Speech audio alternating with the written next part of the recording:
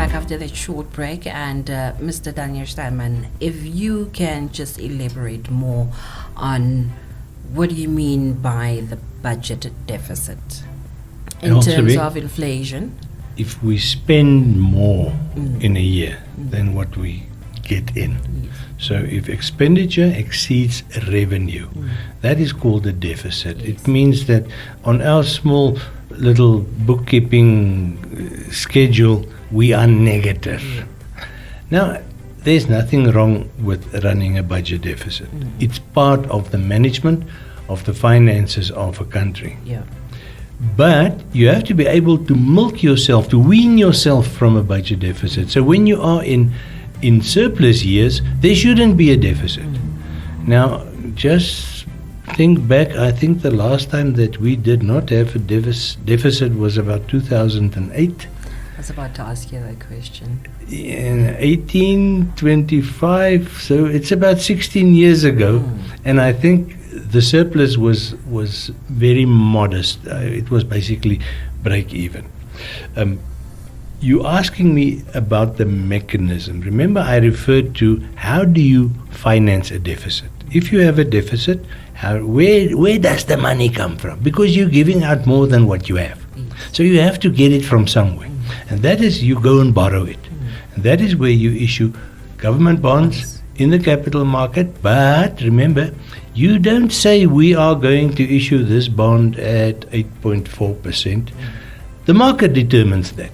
Not the Bank of Namibia. They give a guideline of what they think is reasonable, and there's a whole history. So it's not as if we're operating in a vacuum, but ultimately that yield on the government bonds translate to the interest that the government must pay on its debt. Now, every year that you run up a deficit, you have to go borrow that money. And if you don't pay it back, it means every year it grows and grows and grows and grows. Yeah. And eventually, after a couple of years that we've been experiencing since 2016, that accumulated debt becomes enormous. And in our case, it's about 65% of GDP. And it fluctuates a little, not because we are borrowing slower, but because the economy is growing. Now, if you look at the other side of this dynamic, you will see that we spend about 14% of our budget just to pay interest. Now, you can go and make that same calculation on your own private estate. If I would say the average family would spend about 5.5% to 6.5% on debt in the family budget. And now suddenly you see in the government figures, we're spending 14%. And it's very interesting. We are spending more on interest payments on debt than what we are spending on capital investment. In other words, our development budget is going for a loop. And whenever there are funds short to redeem a Eurobond or whatever, that part that we cannot borrow from the commercial banks, where do we get it from?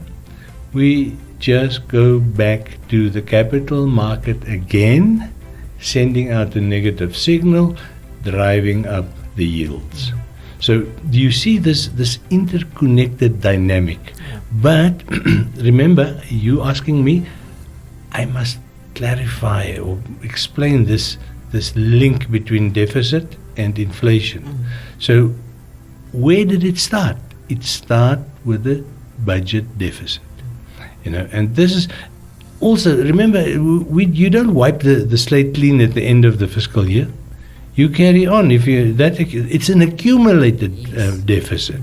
It doesn't go away after a year, And we really cannot afford not to have a deficit because of the way that our economy is structured. The whole problem that you need to solve is to contain the rate at which the debt grows, because you want to get to that point where the economy is growing faster than what the debt is growing. Does that make sense? It does. So if the economy is growing faster than the debt, it means that ratio, that thing that we use to express the debt as a percentage of GDP, that ratio comes down. And remember, we didn't get this debt overnight. At independence, our debt was zero. And until about 1996, at which point there still was not a very significant capital market, we had very, very modest debt. In 2000 and end of 2009, beginning of 2010, it was about 18% of GDP. Now, Elsabe, that's not that long ago. 2010, 18%, 2025, 65%.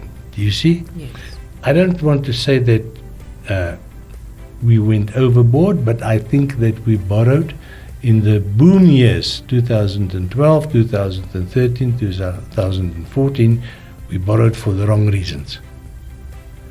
We made a lot of people, no, we made a few well-connected people very rich, and you and I, every time that we went into the shop, and this we started seeing at the end of 2016, and it accelerated in 2017, every time you and I go into the shop, we see the effect. Yes. Everything just keeps getting more expensive.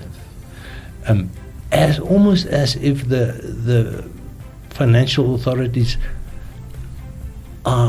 they do not have the power to do anything to it, you know. And when we come back from our break, I want to go into a bit into specifics. Okay. Because all the analysis and all the theoretical work doesn't change the fact that the guy who earns a salary is battling. For him, it is a crisis of survival. And after the short break, we will talk just about that.